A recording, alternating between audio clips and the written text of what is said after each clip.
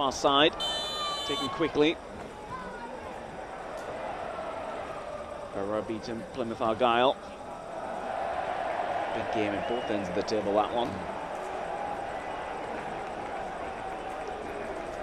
Yeah, and at the moment, as you say, both Coventry and Middlesbrough just in below. Bristol City winning. I feel this is a big opportunity now, isn't it? Against the Sunderland side coming into it. What's that do for a manager when you lose a player so early yeah, on? It's the kind of game plan out the window. Exactly that. You've done all your work during the week, haven't you? And you're building into it, and then all of a sudden within 5 minutes you have to change it. But it happens in football, you've got to adjust. And you do enough sessions in training where you work 10v11 sometimes with the man down. You've got to get used to it. Viner floats one in. McCrory's attacking it. Yeah, Leo Kjeldahl, he gets the run on him, doesn't he? McCrory comes off that far side. Just a little bit flat-footed there, Leo Kjeldahl. Got to go and attack the ball. As it comes in, you see he's waiting for it. Doesn't get off the floor. McCrory doesn't get enough contact on the header. Just glances it past that post. Right in front of those Sunderland fans who've made the fairly lengthy journey Long down journey, to isn't it? Yeah. Bristol.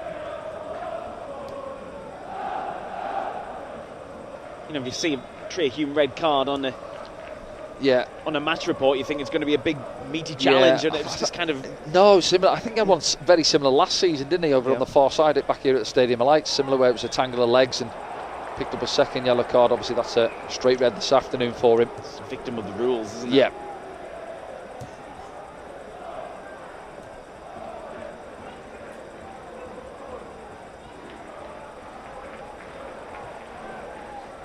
Moved on by Tanner.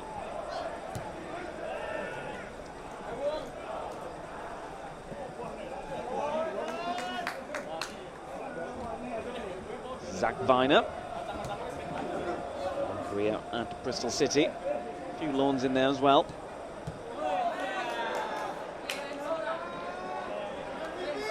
Viner. Back off Pring. Gives him it back. Building up for a cross. Pring.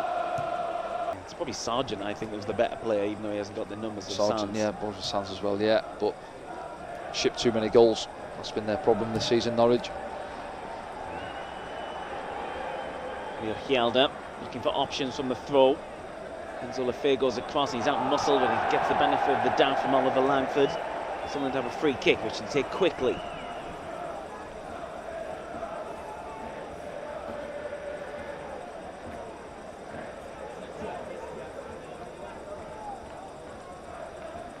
When you're out there, Danny, and you go down to 10 men quite early, how do you conserve the... Oh, the shot from distance goes in! Well, it's the death, isn't it? I said in the first half, you're happy with the centre-back striking from there, and it is. Rob Dickey from 25-30 yards, comes out from there, no pressure, and it's a firm side foot really, isn't it? Finds the top corner. Anthony Patterson watching it, sail into that top corner, and they're back on level terms. Watch this back from this angle, it'll be a good one. Lefebvre with the initial clearance, goes to Rob Dickey, takes a touch out. Lovely finish, finish. Not from a Sunderland point of view though. No chance for Anthony Patterson either.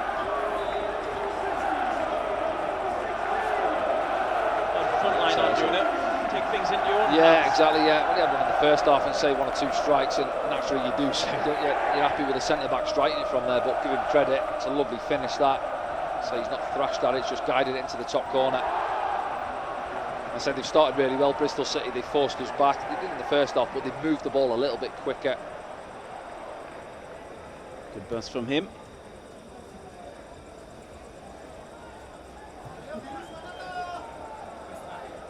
Kjeldahl. Momentarily dispossessed, but someone retained possession.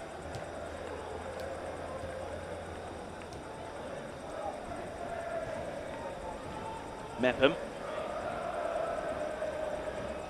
Touch from Patrick Roberts. 9. It's good possession from Sutton. You see Bristol City just sat off us a little bit, allowing us to rotate the ball around the back. Sutton will be happy with that.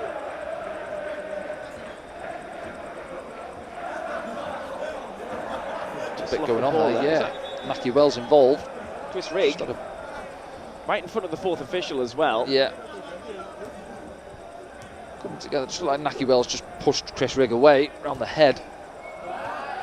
Opposite ends of their careers. Nicky Wells and Chris Rigg. Wells is 34 now.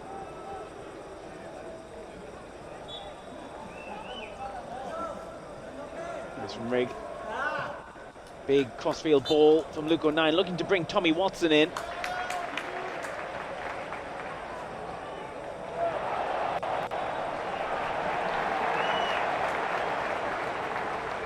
Frustrated, but it looked like it was that block tackle. I think it was Bristol City's ball. Maybe he'll try and kid the ref there, pick the ball up quick, yeah. Nothing wrong with that. This is Cameron Pring.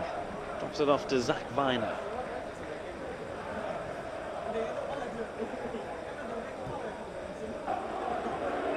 Shot from distance! Well, it wasn't too far away. Yeah, got a bit of an ooh from the crowd, didn't it? Is it Tanner? No, it's not Tanner, is it? Let's put the strike, maybe Rob Dickey. It is Rob Dickey, the big centre-back. Again, similar to Williams' effort earlier on, wasn't it? Drags it past that left-hand side post.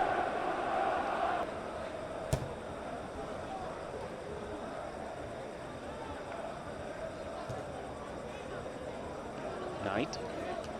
Pring. If he wants it down the line. Chris Rigg comes across.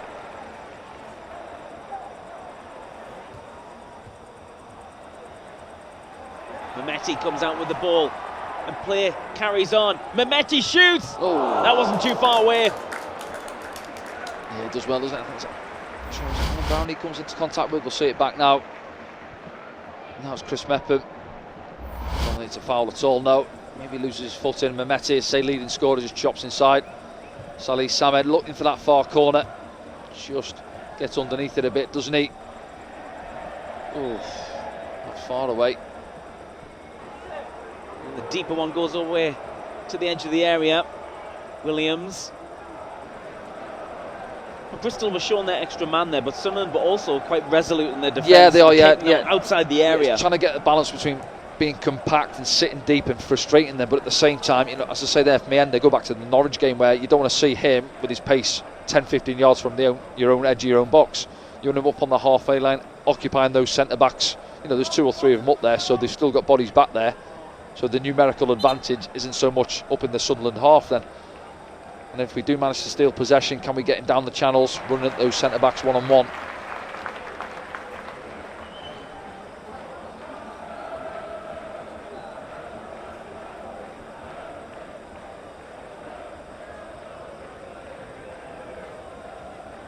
Nine's only got Roberts there at the moment.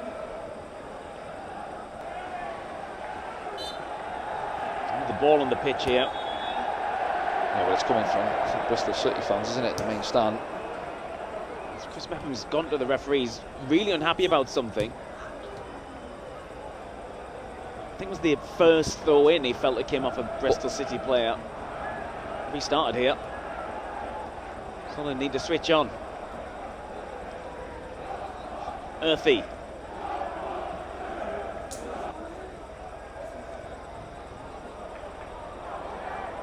Stopped by Luke O'Nien. Williams. He leaves it.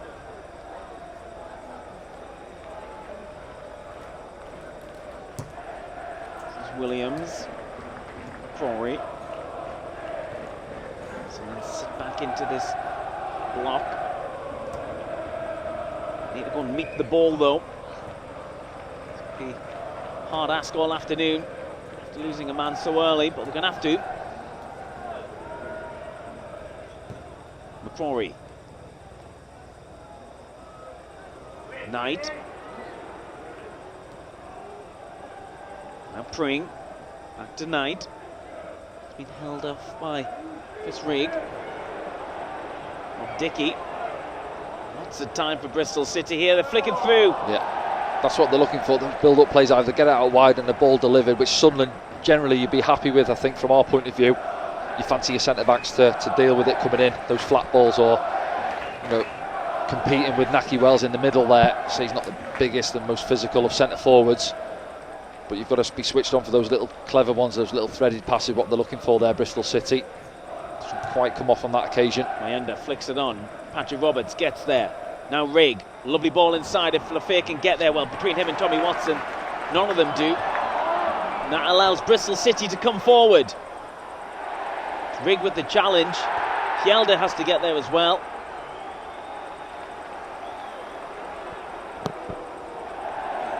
Now Watson. Get it back. Only momentarily. I think that's going to be a Bristol throw in.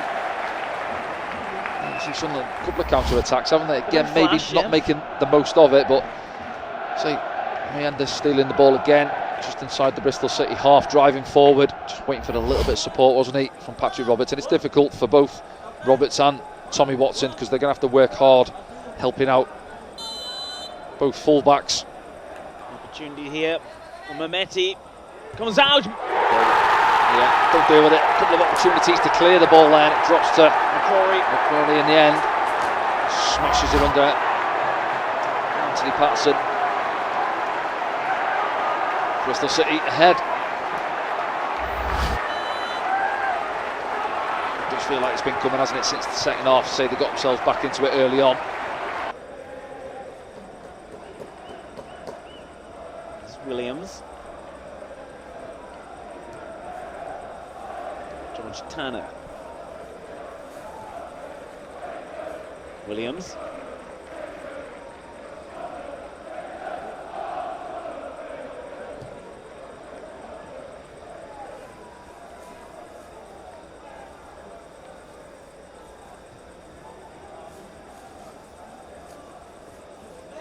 So they'll be patient. Spring gets it back. Wells puts it around Mepham, and then a challenge comes in. A few shots of handball as Dan Neal as it clears it towards Elias Mayenda, gets his body there. Lucky there, yeah, he done really well, got the jumping, didn't he? But the Bristol City player just takes it off his toe. Viner it was. They're making this extra play count, Bristol City, but they're just not doing anything with the ball. No, I was getting to, you know, I'm just thinking with Elijah Mayenda, you see how the three centre, because they've got the three centre backs and they're split really wide, 20-30 yards apart, and then you've got Dickey through the middle. I just say to Mayenda, just come and sit 20 yards where he is now in there off the middle centre back, and if we nick it into his feet, yes, you've got Williams and Knight who are sort of in there now trying to get on possession as they are, looking for those little passes, but on the turnovers into Mayenda, drive forward, yeah, one-on-one with Rob Dickey, the centre back in the middle. He's looking to take it quickly, he has done as well, and the ball's bobbling through, cleared by O'Nien as we approach the half-hour mark. Knight, Earthy,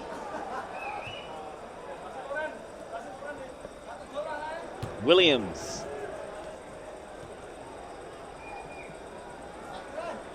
this is Viner,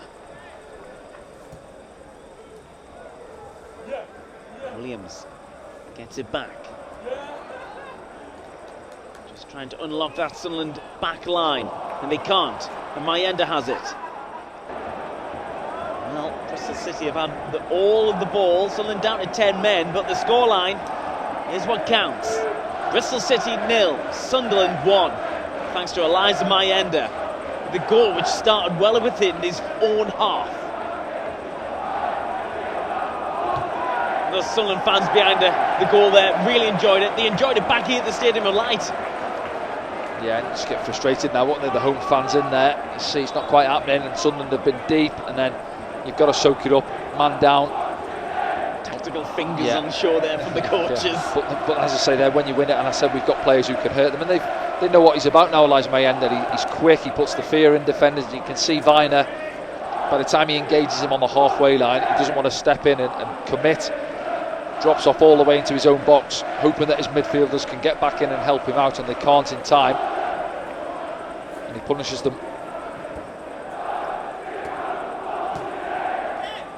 Watson. So finally end up older player. Pring.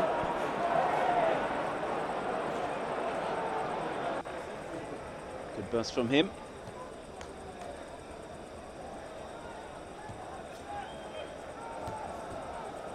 Hjelde.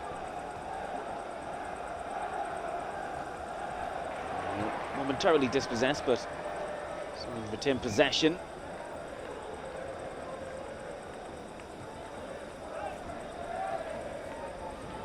Mepham. Nice touch from Patrick Roberts. 9. It's good possession from Sutton. You see Bristol City just sat off us a little bit, allowing us to rotate the ball around the back. Sutton will be happy with that.